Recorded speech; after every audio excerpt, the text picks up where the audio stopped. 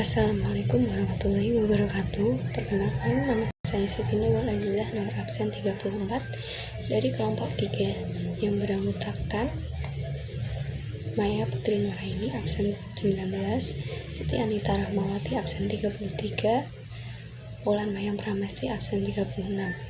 Di sini kami akan membahas mengenai bab 3, yaitu memperkukuh persatuan dan kesatuan bangsa dalam negara kesatuan Republik Indonesia. Makna persatuan dan kesatuan bangsa.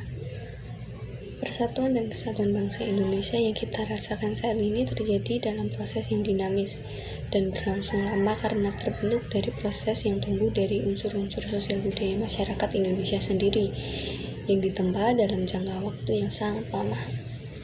1. Konsep persatuan dan kesatuan bangsa. Persatuan mengandung makna terikatnya beberapa bagian menjadi satu kesatuan. Arti bersatunya macam-macam corak yang beraneka ragam menjadi satu kebulatan yang utuh dan serasi. Persatuan Indonesia berarti persatuan bangsa yang mendiami wilayah Indonesia. Konsep persatuan yang kita anut meliputi aspek alamiah, yaitu konsep kewilayahan, dan aspek sosial, yaitu politik, sosial budaya, ekonomi, serta pertahanan dan keamanan. Kesatuan wilayah meliputi darat, laut, dan udara. Kebetulan ini sesuai dengan politik kewilayahan yang kita anut, yaitu wawasan Nusantara. Wawasan Nusantara adalah cara pandang dan sikap bangsa Indonesia mengenai diri serta lingkungannya berdasarkan Pancasila dan Undang-Undang Dasar 1945. Wawasan Nusantara mempunyai dua tujuan, yaitu sebagai berikut. A. Tujuan nasional. 1. Melindungi segenap bangsa Indonesia dan seluruh tumpah darah Indonesia. 2. Memajukan kesejahteraan umum. 3. Mencerdaskan kehidupan bangsa. Dan 4. Ikut melaksanakan ketertiban dunia berdasarkan kemerdekaan, perdamaian abadi, dan keadilan sosial. B. Tujuan ke dalam, yaitu mewujudkan kesatuan segenap aspek kehidupan. Dapat disimpulkan bahwa tujuan bangsa Indonesia adalah menjunjung tinggi kepentingan nasional serta kepentingan kawasan untuk menyelenggarakan dan membina kesejahteraan, kedamaian, dan budi luhur serta martabat manusia di seluruh dunia. Adapun fungsi wawasan Nusantara adalah sebagai berikut. A. Berfungsi sebagai konsep ketahanan nasional, yaitu wawasan Nusantara dijadikan konsep dalam pembangunan nasional, pertahanan keamanan, dan kewilayahan. B. Berfungsi sebagai wawasan pembangunan yang mencakup kesatuan politik, kesatuan ekonomi, kesatuan sosial dan ekonomi, kesatuan sosial dan politik, serta kesatuan pertahanan dan keamanan. C. Berfungsi sebagai wawasan pertahanan dan keamanan negara, yaitu pandangan geopolitik Indonesia dalam lingkup tanah air Indonesia sebagai satu kesatuan yang meliputi seluruh wilayah dan segenap kekuatan negara. Berfungsi sebagai wawasan kewilayahan. Dalam hal ini, wawasan Nusantara berfungsi dalam pembatasan negara supaya tidak terjadi sengketa antar negara. Wawasan Nusantara merupakan suatu politik kewilayahan bangsa dan negara Indonesia. Wawasan Nusantara mempunyai sifat manunggal dan utuh menyeluruh. Bersifat manunggal artinya mendorong terciptanya keserasian dan keseimbangan yang dinamis dalam segenap aspek kehidupan, baik aspek alamiah maupun aspek sosial. Bersifat utuh menyeluruh artinya menjadikan wilayah Nusantara dan rakyat Indonesia sebagai satu kesatuan yang utuh dan bulat, serta tidak dapat dipecah-pecah oleh kekuatan apapun sesuai dengan asas satu nusa, satu bangsa, dan satu bahasa persatuan Indonesia. Dengan wawasan Nusantara, kedudukan manusia Indonesia ditetapkan dalam kerangka kesatuan, merasa satu, senasib sepenanggungan, sebangsa dan setanah air, serta mempunyai satu tekad dalam mencapai cita-cita pembangunan nasional. Berdasarkan konsep wawasan Nusantara memiliki karakteristik sebagai berikut. A. Negara kepulauan adalah suatu wilayah lautan yang dikelilingi pulau-pulau besar.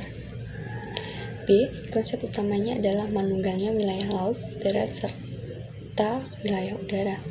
C. Laut atau perairan merupakan wilayah pokok, bukan merupakan pelengkap. D. Laut merupakan bagian yang tidak terpisahkan dari daratan. bukan pemisah antar daratan dan pulau yang satu dengan lainnya. 2. Perwujudan konsep kesatuan bangsa dalam aspek sosial. A. Perwujudan Kepulauan Nusantara sebagai satu kesatuan politik. 1.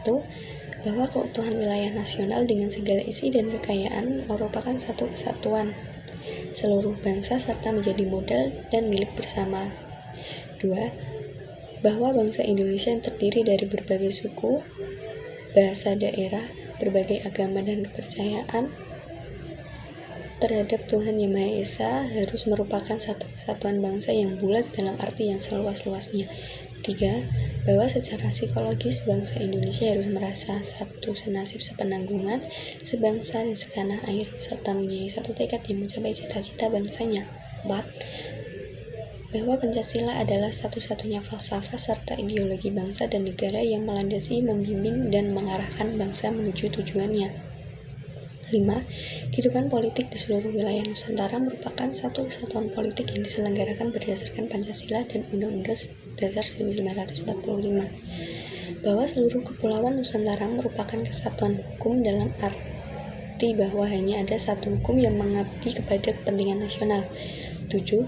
Bangsa Indonesia hidup berdampingan dengan bangsa lain, ikut menciptakan ketertiban dunia berdasarkan kemerdekaan, perdamaian abadi, dan keadilan sosial melalui politik luar negeri bebas aktif serta diabdikan untuk kepentingan nasional. B. Perwujudan Kepulauan Nusantara sebagai satu kesatuan ekonomi. 1. Bahwa kekayaan wilayah Nusantara harus tersedia merata di seluruh wilayah tanah air. 2. Tingkat perkembangan ekonomi harus serasi dan seimbang di seluruh daerah tanpa meninggalkan ciri khas yang dimiliki oleh daerah dalam mengembangkan ekonominya. 3. Kehidupan perekonomian di seluruh wilayah Nusantara merupakan satu kesatuan ekonomi yang diselenggarakan sebagai usaha bersama atas asas kekeluargaan ditujukan bagi kemakmuran rakyat. C. Perwujudan Kepulauan Nusantara sebagai satu kesatuan sosial budaya. Bahwa masyarakat Indonesia adalah satu, dari kehidupan bangsa harus merupakan kehidupan yang serasi dengan tingkat kemajuan masyarakat yang sama, merata dan seimbang serta adanya keselarasan kehidupan yang sesuai dengan kemajuan bangsa. 2. Bahwa budaya Indonesia pada hakikatnya adalah satu. Corak ragam budaya yang ada menggambarkan kekayaan budaya menjadi modal dan landasan pengembangan budaya bangsa seluruhnya yang hasil-hasilnya dapat dinikmati oleh seluruh bangsa Indonesia. D. Perwujudan Kepulauan Nusantara sebagai satu kesatuan pertahanan dan keamanan. 1. Bahwa ancaman terhadap satu daerah pada hakikatnya merupakan ancaman bagi seluruh bangsa dan negara. 2. Bahwa tiap-tiap warga negara mempunyai hak dan kewajiban yang sama dalam pembelaan negara.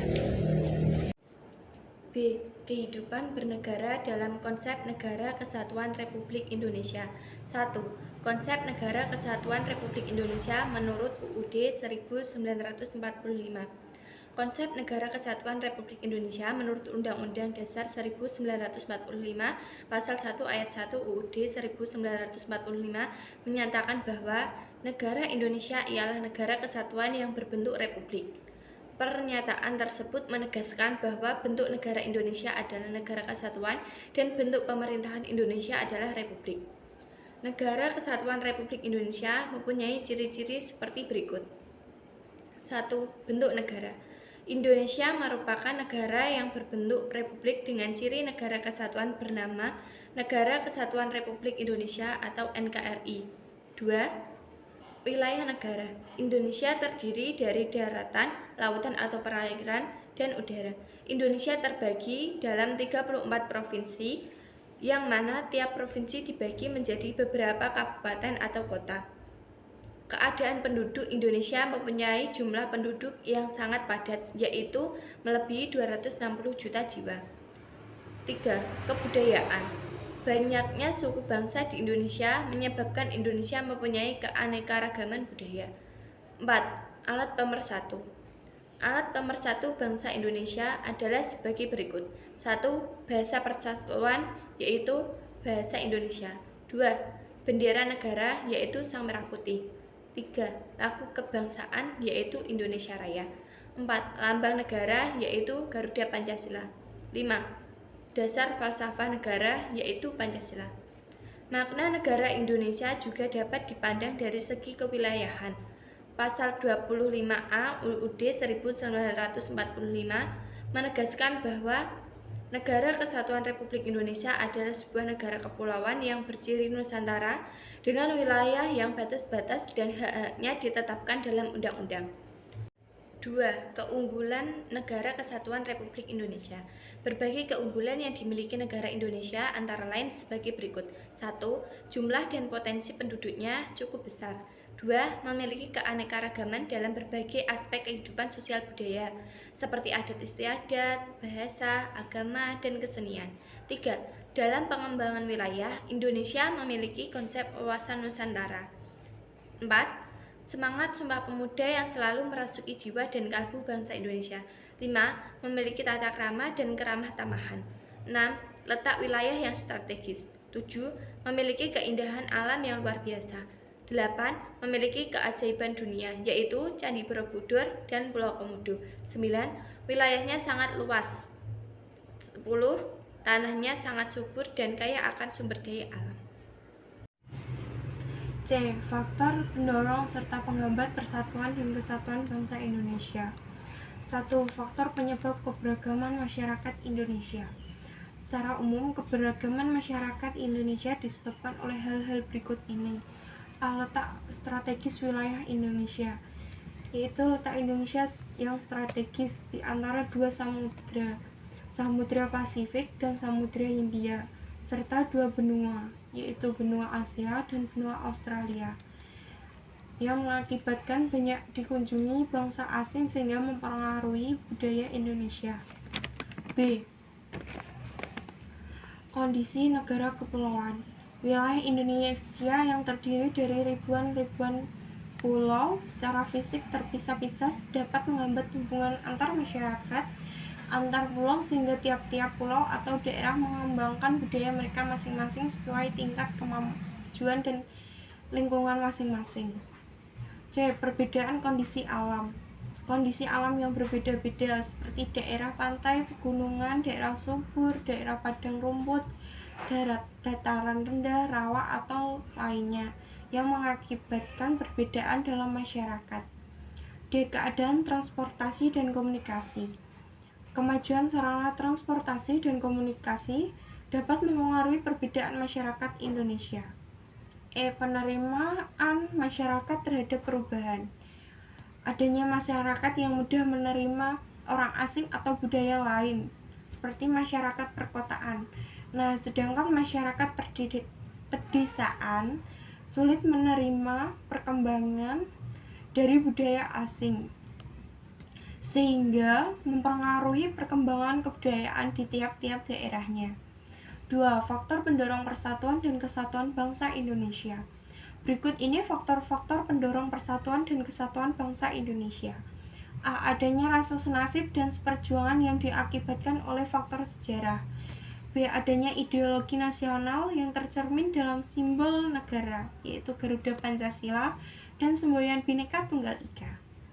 C. Adanya tekad dan keinginan untuk bersatu di kalangan bangsa Indonesia, seperti yang dinyatakan dalam Sumpah Pemuda pada tanggal 28 Oktober 1928. D. Adanya ancaman dari luar yang menyebabkan munculnya semangat nasionalisme di kalangan bangsa Indonesia. E. Rasa rela berkorban untuk kepentingan bangsa dan negara, sebagaimana dibuktikan oleh banyak pahlawan yang bangsa yang gugur di medan pertempuran.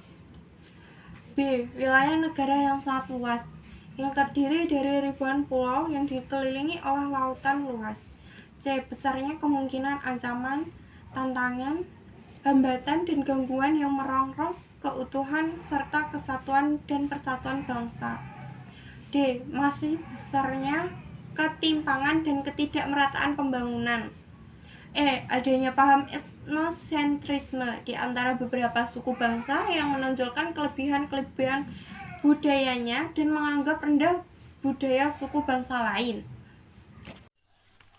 D. Perilaku yang menunjukkan sikap menjaga keutuhan Negara Kesatuan Republik Indonesia. 1. Pentingnya persatuan dan kesatuan dalam kehidupan. Kehidupan sosial yang tertib dan tentram hanya dapat diwujudkan melalui pembinaan persatuan dan kesatuan. Sebaliknya, apabila tidak ada rasa persatuan dalam keluarga, setiap hari akan terjadi pertengkaran dan tidak ada kedamaian. 2. Mempertahankan persatuan dan kesatuan wilayah Indonesia. Pepatah mengatakan, bersatu kita teguh, bercerai kita runtuh. Oleh karena itu, yang perlu kita tegakkan dan lakukan adalah sebagai berikut. A. Meningkatkan semangat kekeluargaan, gotong royong, dan musyawarah. B. Meningkatkan kualitas hidup bangsa Indonesia dalam berbagai aspek kehidupan. C. Meratakan pembangunan serta berkeadilan sosial bagi seluruh rakyat Indonesia. D.